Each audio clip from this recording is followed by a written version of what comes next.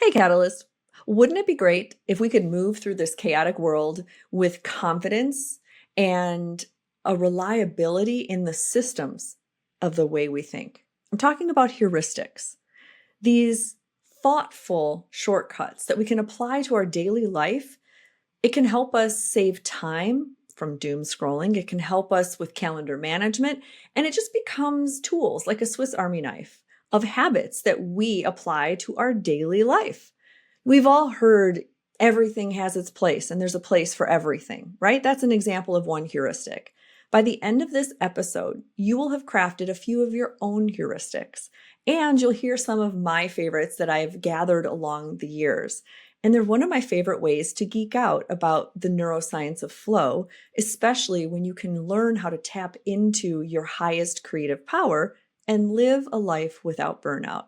So grab your favorite beverage, maybe a tea or a coffee, and let's do this. Settle down and let's talk about cognitive crafting so you can have your own tools for time management. Hey, if we haven't met, I'm Lara Salyer. I'm a former burned out physician turned mentor and coach, and I help overworked doctor moms looking to catalyze their inner spark and light. I believe in a world where women physicians can thrive inside and outside the exam room by redefining the practice of medicine as a self-expression of the healing arts. If you're ready to step into your highest creative power and transform your practice, this channel is for you. Hit subscribe, and together we'll color outside the lines to create your own work-life masterpiece. Okay, let's get started with a story. I love starting with a story. And this one is just from last weekend. For those that know, in November, when I recorded the podcast episode right after our election in America, how to move forward in a future that feels so uncertain, that episode also discussed details of my personal life, where my husband and best friend of 26 years and I decided to separate. And while this is not a chapter we thought we'd be writing, I'm absolutely claiming the authorship and deciding to practice gratitude, love, and joy every day moving forward. Of course, there's hard times, challenging times, and it has been the deepest part of grief. But if you've been listening to our podcast episodes in the Catalyst, I've been very open with how I'm using the flow neuroscience to help me process this deep grief fully and wholly. And today it's about heuristics, which are these shortcuts in thinking that can help save us time and save our energy and dedicate ourselves to things that matter most. And my story starts in my living room as I am unpacking some boxes and looking around the walls, trying to decide if I want to paint or if I want to leave it as a neutral color. And as I'm looking at the interior design, I'm realizing this can get very expensive. You know, this economy is not the easiest to start over in. I'm sure you're listening and nodding your head. You know, mortgage rates, interest. The last thing I want to do is go purchase mass-produced art to hang on my wall. I want my place to feel like home, to embody the peace that I feel in my heart and the excitement of being a creative human, making my future happen. So as I'm opening up a box, I see a puzzle. I decide to put the puzzle together later and realize that could easily be art. And then I opened another box and saw a long forgotten piece of artwork from one of my kids. And I remembered I had a frame that could fit it perfectly. So the heuristic that I'm now working with is everything is art. Everything is art. It doesn't matter. A broken vase could be art. You can smash it into a mosaic. A scribbled image on a napkin can be art if you frame it in the right way. And I'm sorry, there is no right way in my book, but you know what I mean. And so I'm enjoying this fun challenge because not only is it helping me surround myself with things I already own, because everything can be art, it's been an easy mental heuristic, a shortcut. So I'm not frantically looking for how can I purchase something to fill a wall or a space, or everything can be art. And now every time I look and open a box, I'm excited to wonder, how can I put this on display in a fun, unique, colorful way? So let's talk about what are heuristics. And I have my notes here because you know me, I have to have my notes. Heuristics are systems of mental shortcuts. They're simple, they're efficient rules, and sometimes you learn them or you might just create them. And it becomes something in hindsight that you realize you've had these systems your whole life. And this is what I love, because we should be revising our systems. We should be reclaiming and also looking at them again, revising them, checking that they still work for us. As you know, our core values can shift. This is why we get into burnout without even realizing it, because we're not anchored in the direction our values are facing. And so these are an evolutionary process. These heuristics help us survive, right? It helps us form judgments and make decisions in an easier, streamlined way. So, for example, you probably have heard everything has its place and there's a place for everything. Okay, that one was not in my family because my grandparents were hoarders, but that's for a different episode. But you get what I mean, right? The Marie Kondo, touch everything once. That's a great heuristic. Touch something once, meaning you bring in the mail, you put it on the kitchen island, you can't let it go. Where does it belong? Do you have a mail sorting system? Then you put it there, right? You have your kids come in and they put their shoes. Where do they go? They go where the shoes go. You touch things once as you're sorting items. If you have a box and you're unpacking it, you touch every item once and you put it in the donate pile or in the, clean pile, whatever that is. That's a very useful heuristic. I also love Mel Robbins' 5-second rule. That's another heuristic that says if you feel this resistance to moving forward in a task or in a goal, all you do is count down from 5 to 1. And the rule is you have to physically move or start an action in the direction of that goal. That has saved me so many times when I really didn't know if I wanted to get on the Peloton and I wasn't ready for Robin Arzon's latest Tabata. 30 minutes, that's a long time. And I would sit there and go 5, 4, 3, 2, 1, and I would get my feet on the ground. And it works. Another example of a heuristic is theme days. And I did this early on in my practice and still do. Theme days are important because as a young entrepreneur or a midlife entrepreneur, you will have a lot of things you need to do. You might be looking at marketing, you might be making decisions on finances, you might need to improve your internal systems that you're serving your patients. And then you've got life. You've got beautiful things you want to attend and also obligations that come with having kids and a family. And so having theme days are a great beginner heuristic because you can simply tell somebody, I will get to that on Financial Friday, right? So this is how I work now is all my financial stuff is done on Fridays. So if I get an email on a Tuesday asking me for a 1099 or asking me to renew something or anything that has to do with a financial transaction, I have it scheduled to resend back to myself on a Friday. I use Boomerang, by the way. I love that Gmail plugin. And it will then come back on Friday when I have dedicated 2 hours to Financial Fridays. Other themes I've had is Social Media Monday, right? Patient Tuesday. You can make whatever theme you want. You can have Meal Prep Wednesdays, right? You can have Calendar Thursdays, whatever it means to you, it can be a theme because then meal prep always happens on a Wednesday. I plan all my calendar events on Thursdays. I remember meeting a friend years ago who shared with her partner this anticipatory alone time theme day where they each had one day of the week that was completely by themselves and they could do whatever they wanted. It was a heuristic. They didn't have to ask permission or say, hey, I'm going here or I'm signing up to see a concert with this friend. They just knew that Mondays belonged to that partner and Thursdays belonged to the other partner. What a great heuristic, right? So healthy and balanced. The other heuristic I like is energy matching. Okay. Now this one is really tricky and we talk about this a lot in my Catalyst services with my mentorship. A lot of our Catalyst mentees have a hard time, organizing calendars, don't we all? Right? And one of the things we are taught so, I guess, erroneously is just get done with the little tasks first because that will give you a lot of dopamine to keep rolling, right? Do the little piddly things right when you get to work or right when you start your block of work. And that way you feel good because you got a lot of small things done. And that is the worst possible advice. After I trained at the Flow Research Collective, it has revamped all of my techniques for calendar planning. And this is what I do in my Catalyst Advantage services. I work with one-on-one sessions with physicians, nurse practitioners, and what we do is we craft these important things in your life to understand that flow neuroscience works a little differently than what you were taught. So the energy matching is basically assigning the most challenging or most creative tasks that will require a lot of brain power to your energy times. And here's the thing, we all have different energy times. Even during the week, my Monday energy is different than my Thursday energy. So it's a real good exercise to know about yourself, about how your cadence of energy can change through the week, right? And understanding that can help you match those energy times more accurately. And this is why through the Catalyst Way calendar management, we revisit our calendar often.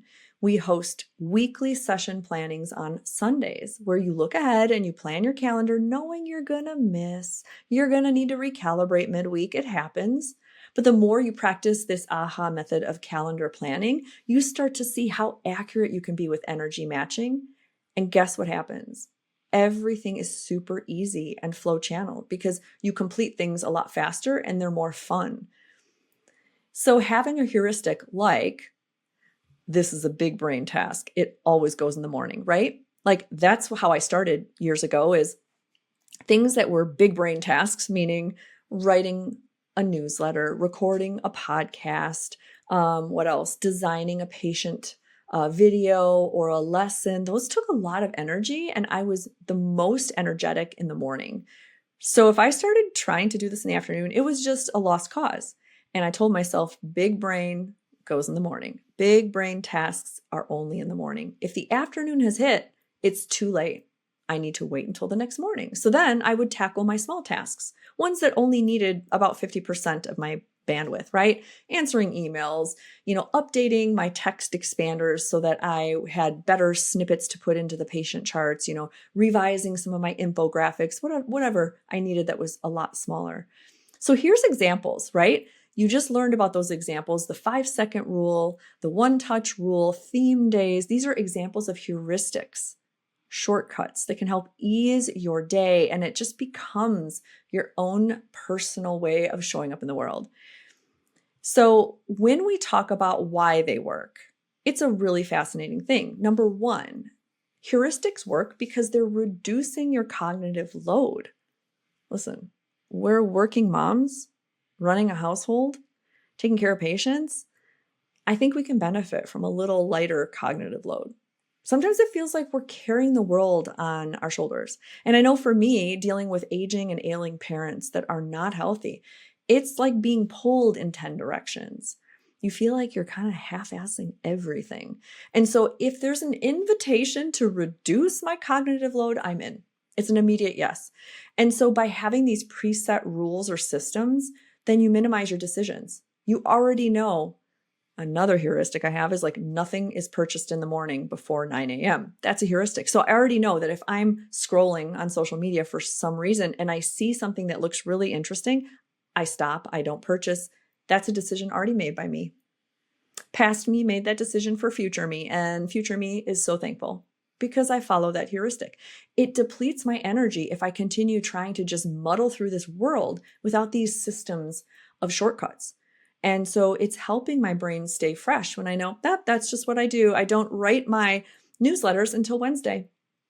And so if a compelling idea visits me, like creative ideas do, and it's a Sunday, I put it in the Wednesday bucket.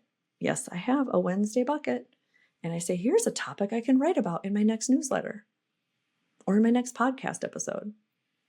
See how they can work? Okay, number 2, enhanced decision quality.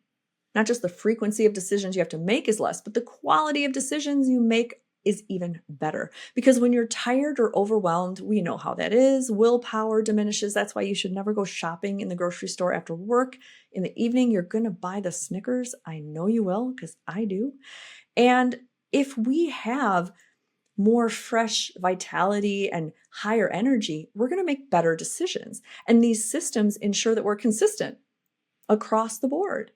And that way we can stay in this high cognitive functioning, fresh, showing up 110% and not feeling depleted.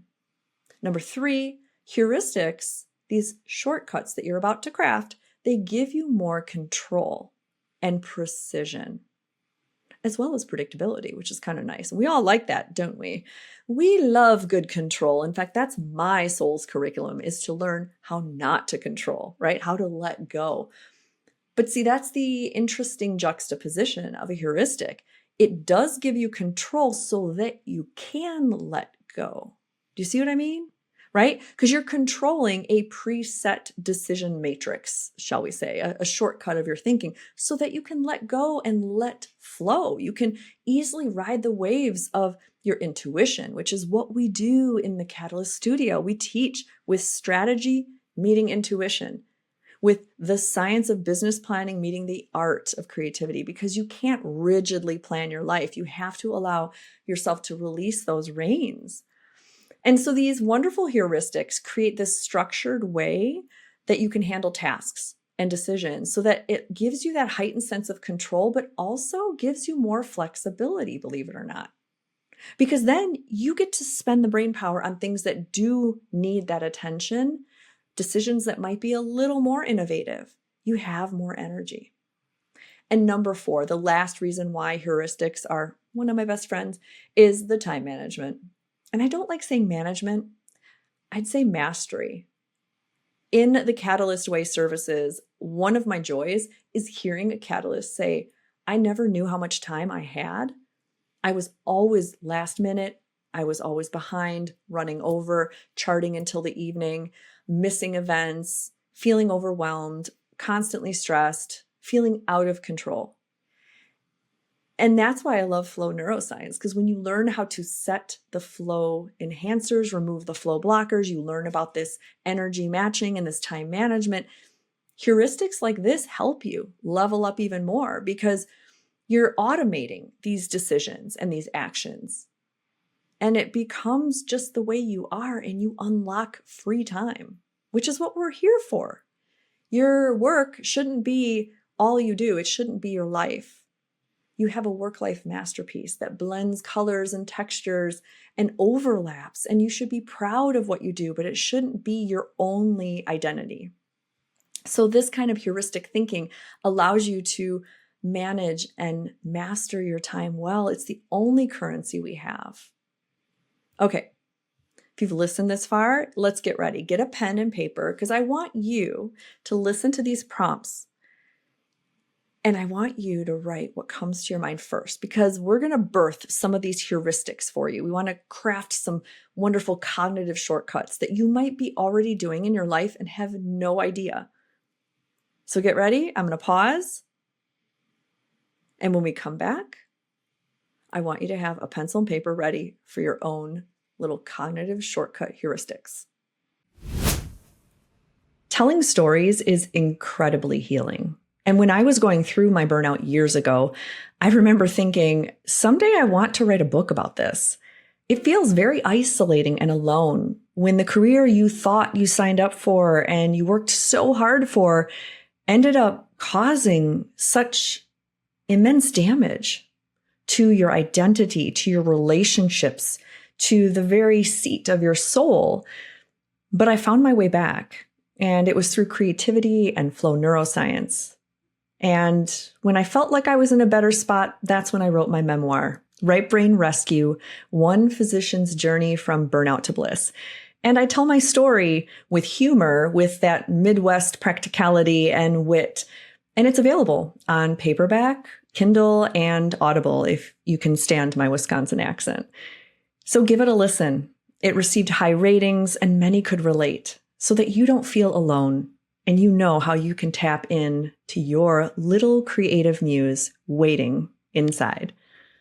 Head to the link below in the show notes and check out Right Brain Rescue, Burnout to Bliss. All right, are you back? You've got your pen and paper? Okay, here we go. So these heuristics, they're already inside you.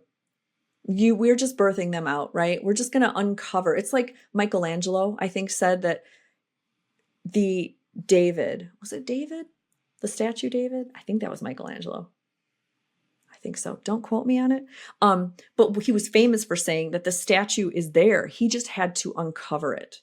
He had to chip away the rock because the statue was already in there. And that's what we're doing with these heuristics right now. You've got them inside you. You've got the magic. You've got the creativity. You've already got these shortcuts and these systems of thinking. We just need to formalize them by pulling them out into the light so you can see them. So I have 5 prompts for you. And the way you do this and the way we work together in our one-on-one sessions is it's very much flow. And it's the first thing that comes to mind because we love to work with our intuition. It's a much more wiser coworker in our life than our left brain, our top-down thinking that says, well, should we or shouldn't we, or how about this? Nope. Let that intuition go. Let that creative muse come to the front and center. Okay?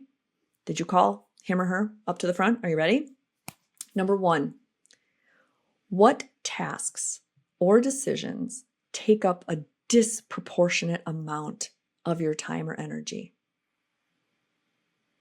Pause to write those down. What tasks or decisions give you that throat closing and feeling, or they just take a lot of time, or you feel that sigh? Okay? Write those tasks down. You may not know what you're going to do yet. Just write those tasks down, okay? The next prompt to this one is, how could a system manage these more effectively? Okay? Think about it. Here's an example, right? And this is from a recent session I had with a mom who's a doctor who has 4 kids, and she is part-time, but still trying to get all the work-life balancing. It doesn't balance. That's the first thing I tell people. It's not going to balance. We're here to be a work-life masterpiece. And so in this specific moment, she was struggling with all the carpooling that she was doing, the moober duty, mom Uber, right?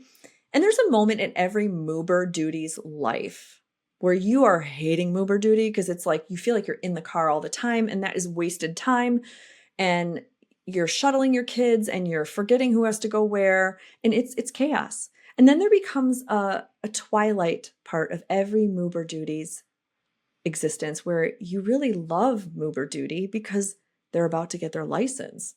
And this is the last vestigial part of being with them in a car where they're trapped and you have them. It's like having them in the baby carrier when they were 2 months old. Once they grow out of that car seat, you can't control them, right? You can't carry them everywhere. This is the same thing. So there's that twilight in every moober duty existence where with each of my kids, I was so just bittersweet that I enjoyed my moober duty. And no matter what, there's phases, I'm just saying.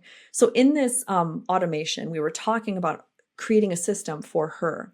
Since she was waking up every day trying to figure out who needed to go where, we talked about parental duties, right? Like her partner had half a day on Wednesdays. So we just simply were curious about what could that do? Could we allow that partner to take over all carpooling duties on Wednesday, or at least even plan all duties?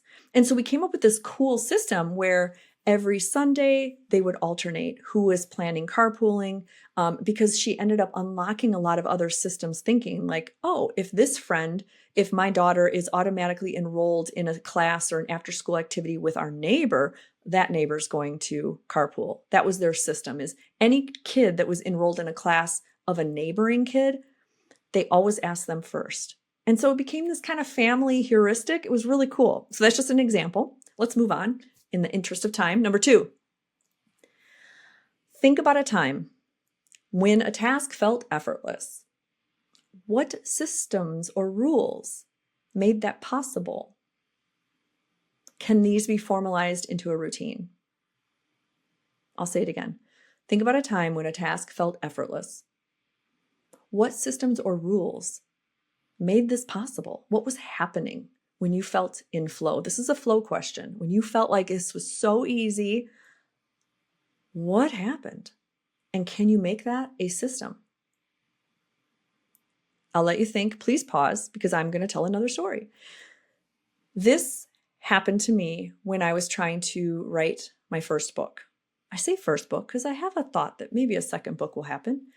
But this was 5 years ago, and I had set up this goal. I wanted to write a memoir that was endearing and funny, and just a personal letter to the universe of my own journey from burnout to bliss. It's called Right Brain Rescue. It's on Amazon. You can listen to it on Audible, Kindle, paperback, etc. Well, I was pretty confident that eventually I could finish that goal. What I didn't know is it was the hardest thing I've ever done. Okay, second hardest thing other than the recent timeline. It was the second hardest thing I've ever done. Writing a book is hard, even if it's your own story you're telling. Until one day I wrote like 5 pages effortlessly and I couldn't believe it. And it was so easy. It like poured out of me and I wondered how the heck that happened. And I noticed I had come to the office here a half an hour earlier and I had blocked out my patients so that I had a 2-hour block of nothing to disturb me. And that allowed me to just relax and trust that the words would come. So I set up a heuristic and I came to work 3 out of 5 days of every week early with a 2-hour block. I moved some patients around and I got the book done. That's a simple example of how you can create that heuristic, and they don't have to be lifelong. I don't do that anymore, right? But look at how you can find what is easy for you and how did that happen, and see if you can create a system around it. Okay, number 3. When during the day are you most alert and creative? How can you structure your day to make the most of that? Okay, so I'm talking to all of you women who are in a clinic, you're employed, you are working 8 to 5, but can you have leverage on who you see when? Are you most alive and creative right after lunch because maybe you have a meal in your belly and you got to have a short walk outside? Then maybe put some of the hardest patients at 1 or 1:30 so that you can leverage that you're at your best and you really can work with that energy and help inspire them to make more changes and work with that complexity of their medical conditions, right? These are examples of how you can leverage your peak times. Or are you like me? You're a morning bird. Can you get to the office a little earlier? Can you leverage your peak time to get a lot more done before the chaos and noise of the clinic starts up? And then you're battling with interruptions and somebody coughing next door, and you can hear the exam room door close, and you know your patient's being roomed. Like, all those things can really drain you. So leverage your peak times and be honest about it. And it doesn't hurt to ask. Ask your coach or your administrator, can you change your hours? Can you take lunch earlier or later, depending on your peak times? Okay, number 4, what are some of the decisions that you're making all the time, repetitively? Similar to, our number 1 prompt, but what are you making decisions on repetitively? And can you create a rule or system? I remember a story where I was walking in a grocery store, and this was a wise babysitter because she looked like a college student and she was carrying around 2 kids that maybe were 8 and 10. And grocery stores are like, they're inviting kids to beg because they're all, flashy and colorful and everything looks delicious and the kids want candy, then they want a little toy. And you could tell she's a seasoned babysitter because this college girl had it on lock. I overheard her saying, well, good news. I don't make decisions today. Like, period. That was it. I don't make decisions today. They kept asking all the time, could they have something? Well, I'm sorry. Good news. I don't make decisions in grocery stores. That's what she said, in grocery stores. And I thought that was hilarious because then she gets out of the grocery store and she can make a decision. But by then it's too late. They're out of the grocery store. And so what things are you encountering repeatedly that you're having to make decisions, and how can you automate this? Okay, now we're down to our 5th, final. Systems are not one size fits all, right? So I want you, this is like a free write question, to think about how you feel most in flow. Is it when there's quiet around, or do you like the noise and bustle of a coffee shop? Is it when you're inside a cozy room and all the environmental temperatures and noises and lighting is controlled for you? Or do you like to be in the nature areas where you're in a forest, you can feel the wind and smell the leaves? Think about your flow and think how you can reverse engineer something to create more of that. That's exactly what we do with the Catalyst way. Thank you for listening. I'm starting a new little segment in my podcast where I answer questions that were posted live inside my Catalyst Studio Facebook group. And these are for my Catalyst mentees who have joined our studio for 1 year. We have lively discussion every day where we're posting questions and getting support. And I thought, why not share this? All the identifying markers are removed, so we aren't, divulging any secrets. But, this is good, useful stuff that maybe you could use, especially if you're a functional or integrative practitioner running a membership practice. Okay, here's the question. This comes from one of our Catalyst mentees. She said, I had posted before that I sent out an email to my current patients about updating my prices and starting a membership. I've gotten a few comments, but I'm pretty sure the majority of the patients haven't even seen it. I've had some patients come in after the email went out and didn't even mention it. So I'm not sure what to do. Do I bring it up at each visit? Do I post it to them on the portal before their next appointment so they can bring it up if there's an issue? Thanks. And here was my answer, and I'll go into a little more detail. My answer is, it gets easier the more you're able to calmly and confidently discuss your pricing. We all avoid financial discussions in healthcare. We hate it. But the more you're used to understanding, here's my membership model. Here's why I'm doing it. I'm so excited. The more you do that, you're exposing yourself to that discomfort of the financial discussion because nobody likes doing it.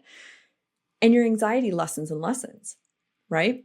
When we avoid these talks, our anxiety grows. We tend to go, well, just read the email, talk to the front desk, look at my website.